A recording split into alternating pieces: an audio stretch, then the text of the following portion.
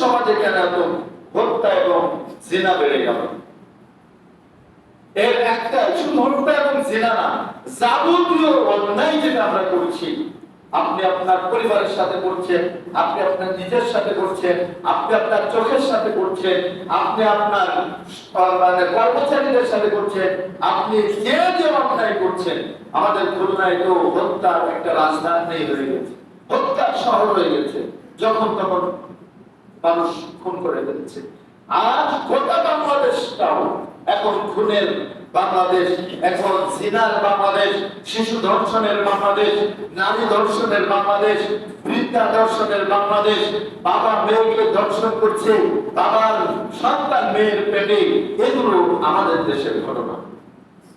এত জঘন্য এবং নোংরা কর্ম কিন্তু মানুষ কেন করছে? মানুষের মন থেকে গোটাটাই আল্লাহর ভয় হারিয়ে গেছে।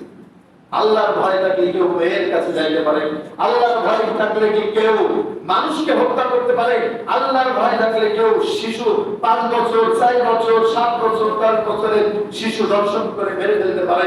এটা কোনোদিন সম্ভব হয় নাই যতদিন পর্যন্ত আল্লাহর ভয় ছিল। আল্লাহর ভয় সাহাবাদের ছিল।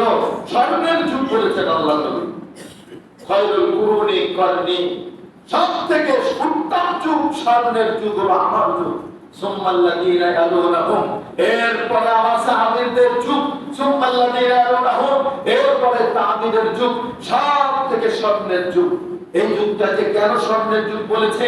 তারা মাইকে মায়ের মহিলারা সফর করেছে, কেউ তাকায় নাই, কারোর কানেরটা ছিনিয়ে নেই নাই, কারোর গহনা ছিনিয়ে নেই নাই, কারোর টাকা ছিনিয়ে নেই নাই, কোনো ব্যাংক লুটপাট করে নাই, কোনো হত্যা হয়ে নাই।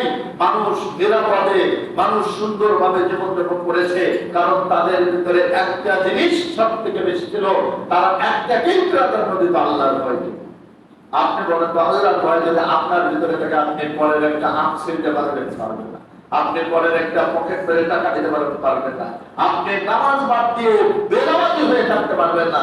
এটা আল্লাহর ভয় ছাড়া ভালো কাজ করা সম্ভব না। মানুষ যতদিন পর্যন্ত আল্লাহর ভয় না নিয়ে আসবে, মানুষ কোনোদিন অপরাধ থেকে বাঁচতে পারবে না। যত বড়ই আইন করুক না কেন, যে আইনটা হবে আল্লাহর আইন। আল্লাহর আইন বাস্তবায়ন করলে আল্লাহর আইনকে ভয় করা মানে আল্লাহকে ভয় করা।